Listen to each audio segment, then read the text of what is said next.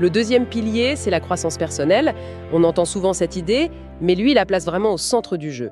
Il utilise une citation de Jim Rohn que j'aime beaucoup. Le succès n'est pas quelque chose que l'on poursuit, le succès est quelque chose que l'on attire vers soi en devenant une meilleure personne.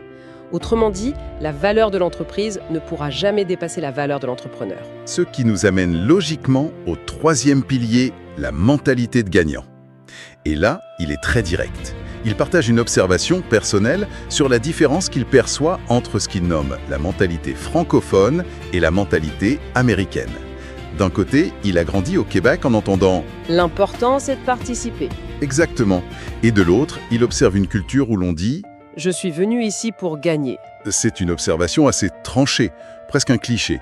On peut se demander si c'est encore si marqué aujourd'hui ou si ça lui sert surtout à illustrer son point de manière percutante. C'est vrai que c'est une généralisation, mais son but n'est pas de critiquer une culture, c'est de souligner un état d'esprit. L'idée qu'il veut transmettre, c'est qu'un entrepreneur doit viser la domination de son marché, la première place.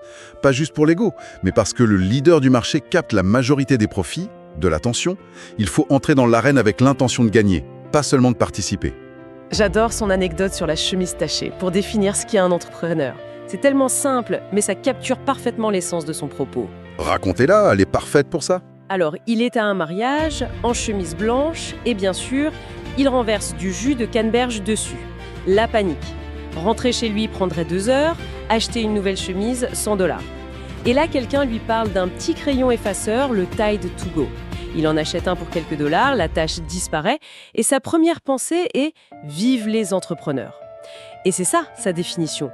L'entrepreneur, ce n'est pas un visionnaire mystique, c'est un solutionneur, quelqu'un qui identifie un problème, crée une solution et la vend.